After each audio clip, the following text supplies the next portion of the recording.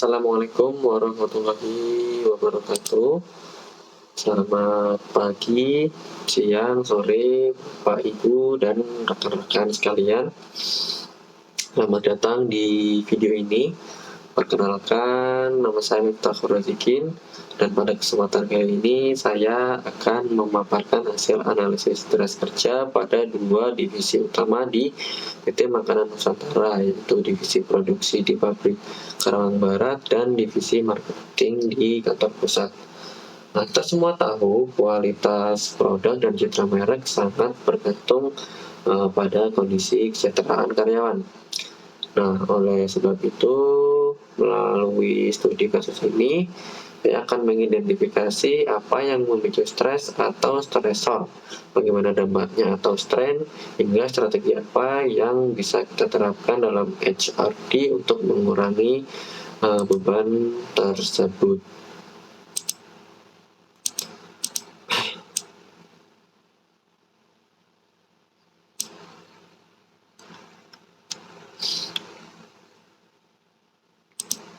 Nah, sebelum kita mulai, berikut adalah agenda pembahasan kita.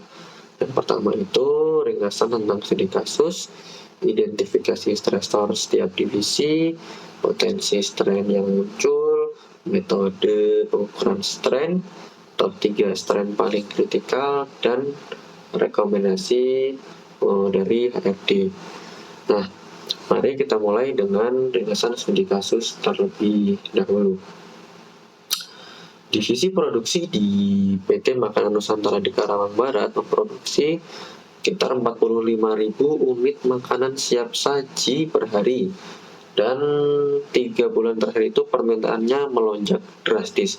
Nah, untuk mengejar target, manajemen itu menambahkan shift malam tanpa menambahkan anggota tambahan karyawan baru, dan memaksa staf bergantian lembur hingga kelelahan dan sulit tidur siang, termasuk yang tinggal di lingkungan bising atau punya anak kecil. Nah, ada juga prosedur pembersihan mesin itu dipangkas dari 30 menit menjadi 15 menit tanpa sosialisasi yang merata kepada mereka, dan ini memicu bentrokan standar antar shift, downtime karena teknisi ragu bertindak tanpa izin dari QC, serta kekhawatiran job insecurity menjelang adanya otomatisasi. Nah, HR mencatat lonjakan izin sakit dan cuti mendadak dengan keluhan vertigo, masalah rumah tangga, dan gaji lembur seiring terlambat sebagai pemicu stres.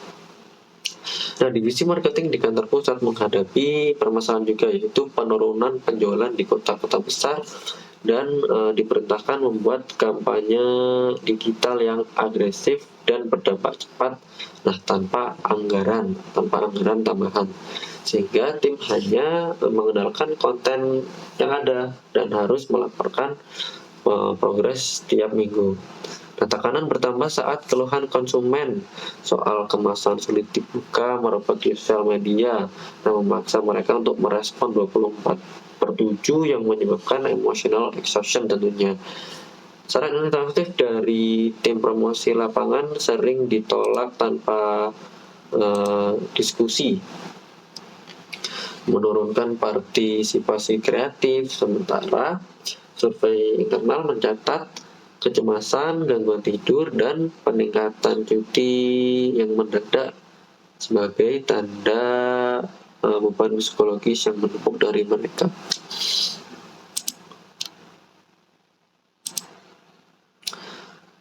Nah, dari ringkasan itu kita mengklasifikasikan stresor dalam 5 kategori.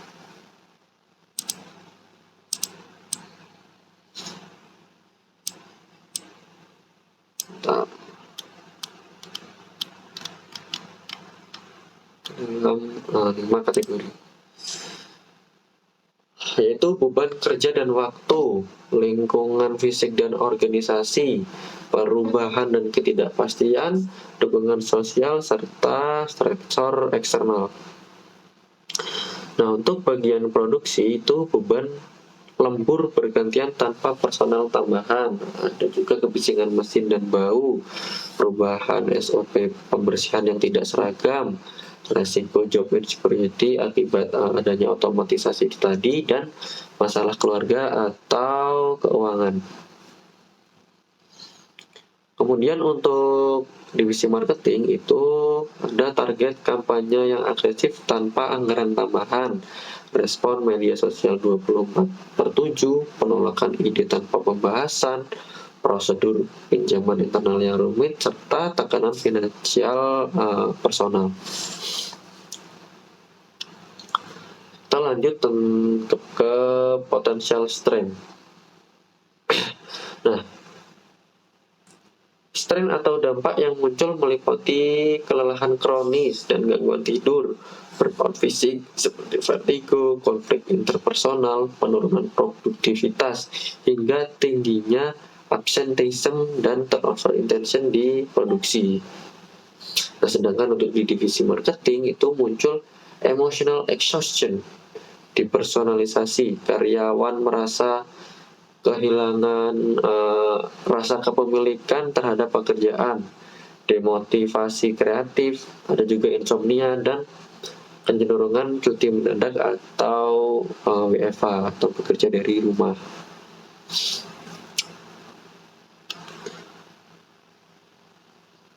Kemudian selanjutnya adalah metode atau alat ukur. Nah, sebelum kita melangkah ke solusi, bagaimana cara memastikan tim benar-benar mengalami strain. Nah, yang pertama, untuk gangguan tidur kita bisa menggunakan PSQI dan data jam tidur dari smartwatch masing-masing karyawan. Nah, untuk burnout emosional bisa menggunakan Maslach burnout inventory ya, yang menjadi andalan biasanya. Dan untuk demotivasi itu bisa menggunakan Utrecht Work Engagement Scale yang membantu melihat semangat kerja.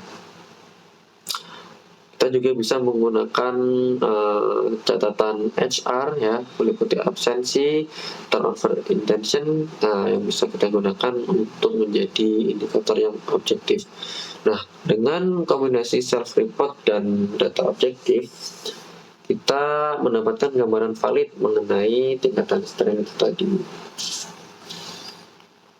Nah, kemudian dari semua strain, 3 yang paling kritikal di produksi itu yang pertama adalah kelelahan kronis, ya mereka sangat capek, dan gangguan tidur. Ada juga burnout fisik ya, melalui vertigo dan nyeri otot.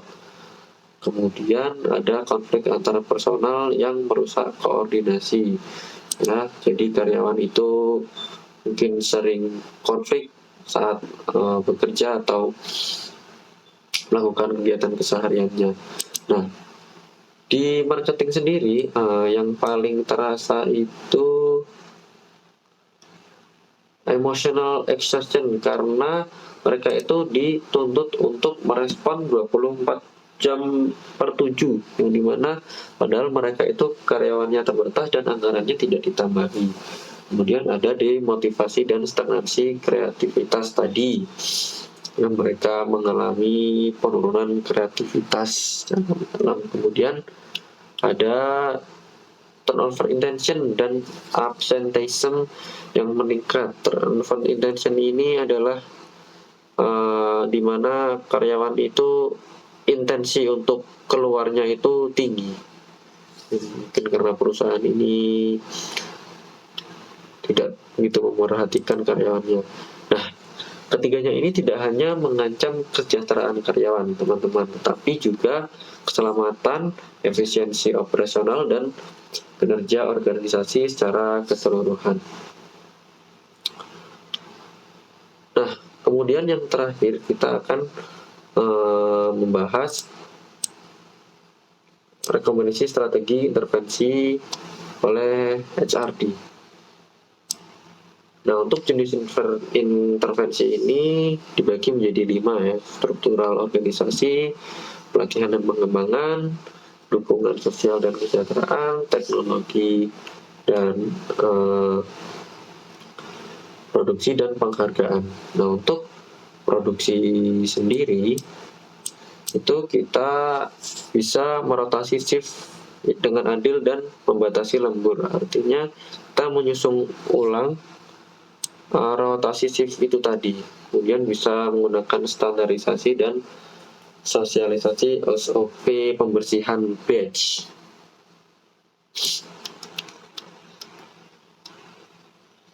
Kemudian kita juga bisa realokasi tugas di marketing, atau kita juga bisa menambah kontrak mereka. Nah, kemudian untuk yang pelatihan dan pengembangan, kita bisa melakukan workshop manajemen ya tentang kelelahan dan sleep hygiene, workshop emotional resilience, dan creative facilitation. Nah, kemudian untuk dukungan sosial dan kesejahteraan, kita bisa menggunakan EEP, konseling psikologis, dan sleep clinic. Kita juga bisa menggunakan peer support group dan peer coaching. Ini untuk divisi marketing. Kemudian untuk aspek teknologi dan proses, kita bisa menggunakan preventive maintenance dan dashboard, real-time monitoring, kemudian social media listening tool, dan autoresponder yang ringan. Dan yang terakhir itu penghargaan dan pengakuan. Ya, kita bisa memberikan pembayaran yang lebih untuk yang on time dan lembur, dan juga bonus shift.